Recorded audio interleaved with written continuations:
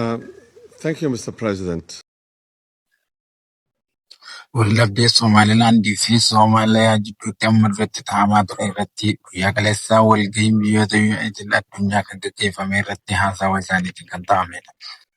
Akkasuma ministeerri dhimma alaa Soomaaliyaadhaa immoo achi keessatti argamuun dhaamsa guddaa dabarsan. Soomaaliyaan akkana jechuun dhaamsa qabjeetii jirti.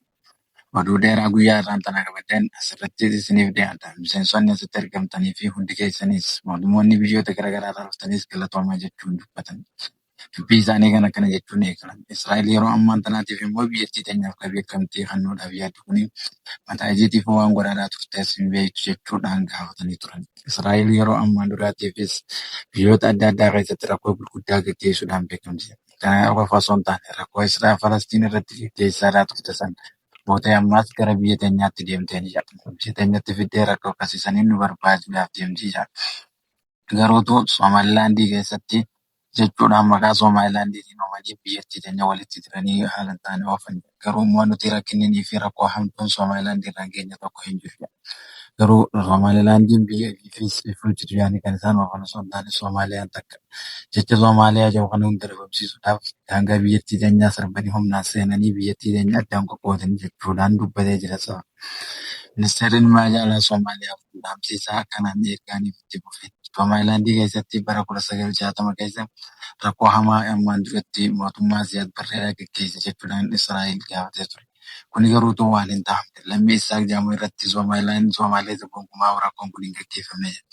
Haaluma kana osoo hin taane biyyoota Afrikaadhaa kana marattuu ni beekan. Namoonni adda addaatis gurmeessanii gurmuu adda addaatiin rakkina adda addaa ni oofan. Afrikaa kana keessatti namoota bilisummaa mataa ofii barbaadu jecha lammii wal baasanii wantoonni adda addaa deemaatii jira. Kun immoo nuti garuu waan hayyamnuu miti. Biyya teenya immoo seenamee dirqamaan biyyi teenya gonkumaa hin diigamtu.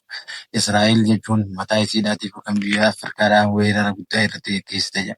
Namoota naafuma ta'anii fi akkasumas daa'imman dhalaa manguddoon osooniif isaan mana tokko keessa jiraatanii xiyyaaraan weerara guddaa irratti banan jedha.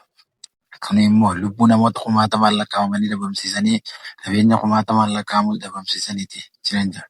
Kanaanis immoo Soomaaliyaa dhufuudhaan immoo haala hin taane eegalaniiti jiran jedha. Soomaaliyaan yeroo hundaafuu daangaa isii darbee nama seenus tarkaanfii irrattis fudhattee ofirraa dhorkuufis ni dandeessi. Nuti immoo garuutu oduu keenya kan immoo yeroo hedduu dhagahamu qaba.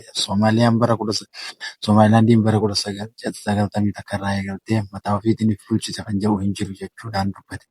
Garuu immoo biyyattii keenya keessatti wanni ta'amaa jiru fi wanni immoo Israa'el keessaa jirtu. Israa'el rakkoo biyya irraan geessu maraa wakaaniif Afrikaa guutuu waliin geessu barbaaddi. Nuti immoo biyyattii keenya keessatti biyya nagayaatti qabna. Biyya teenya cabsanii dirqamaanis seenanii abbaan fedhee nu bira deemu jechuun dubbata.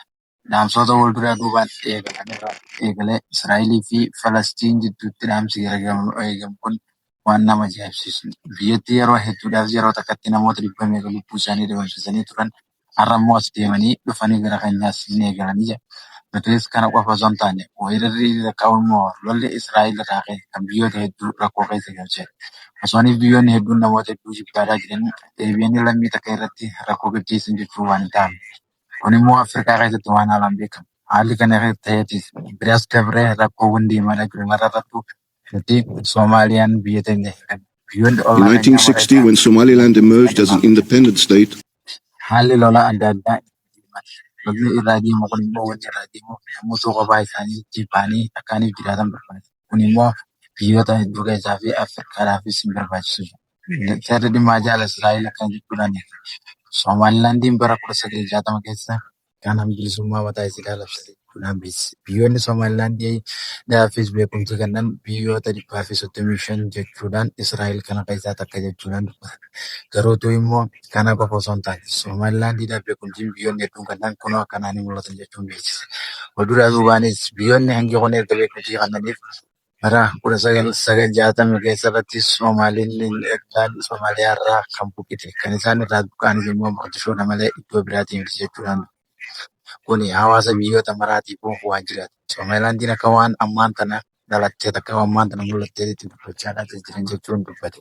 Dhaamsi isaan oofaadaa jiran kun immoo biyyoota hedduudhaafis waan faayidaa takkaas hin qabne jechuudhaan dubbatee. Soomaalilaandiin Ziyaad Barreen tarkaanfii hawaasa kana irratti fudhatee miidhaa gurguddaadhaanis irraan geessisu.